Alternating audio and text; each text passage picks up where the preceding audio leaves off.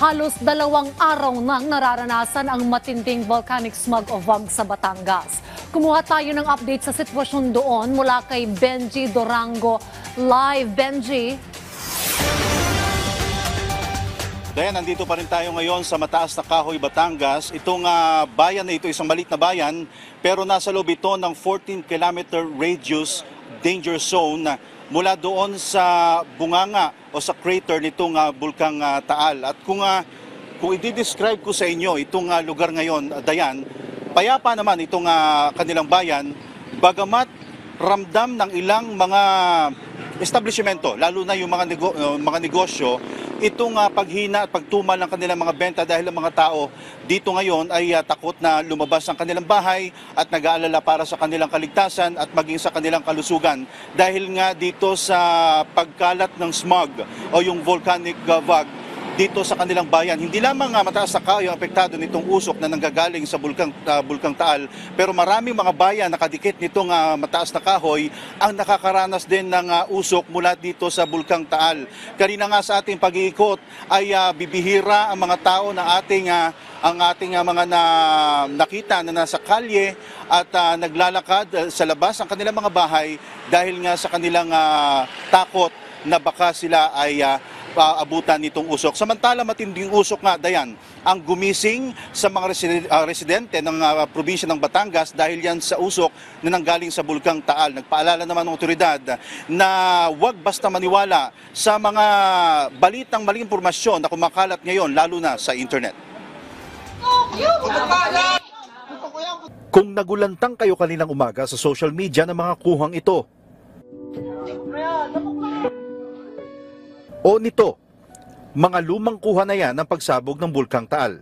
Pero hindi man ganyang kalala ang nangyayari ngayon sa Taal, ito naman ang sitwasyon ngayon sa ilang bayan sa lalawigan ng Batangas. Dito sa barangay ng Kaan, napuno ng makapal na puting usok ang paligid dulot ng volcanic smog. 2 araw na raw nila itong nararanasan, kagabi ang pinakamalala. Kaya kagabi pa lang, nagpayo na sa mga residente ang lokal na pamahalaan.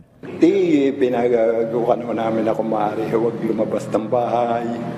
At kung lalo na yung mga bata at kung maaari, kung may ventilador sila, hindi magpakot para mag-fresh air man lang. Madaling araw pa lang kanina nagkansela na ng klase, public at private, sa 16 na barangay ng Mataas na Kahoy. Nanahimik ang mga paaralan, mangilan-ngilan din ang mga residenteng makikita sa kalye. Kung hindi nga lang daw magpapatuka ng kanyang paitluging manok si Mang Roberto, hindi siya lalabas ng bahay. Parang nahirapan nung... Sa inilabas sa bulletin ng PHIVOLCS kanina umaga, bagamat nananatili sa alert level 1 ang bulkang Taal, naglabas naman ito ng 2 toneladang sulfur dioxide. Pwede itong makaapekto sa paghinga at makapagpalala ng sakit sa baga at puso. Ang website na iqair.com naglabas din ng babala na unhealthy ang hangin ngayon sa Batangas. Sa pagsusukat ng PHIVOLCS, nagbubuga ng 3,355 tons ng sulfuric dioxide ang Taal kada araw. Gaano karami ang usok na itinatapon ng Taal ngayon? Kung iisipin, 12 tons ang average capacity ng isang dump truck na gaya nito.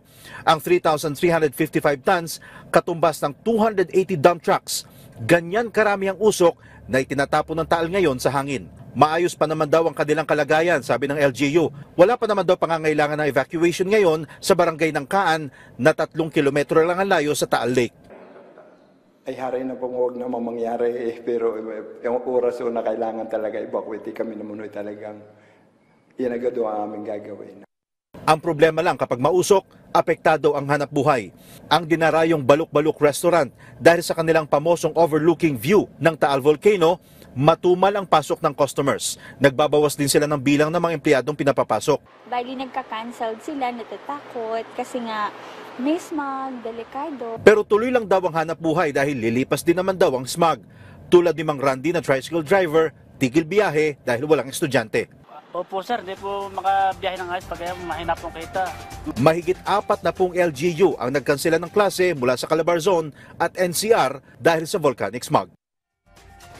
Yan muna update mula dito sa Mataas na Kahoy, Batangas. Balik sa'yo, Dayan. Ingat kayo dyan. Maraming salamat, Benji Durango.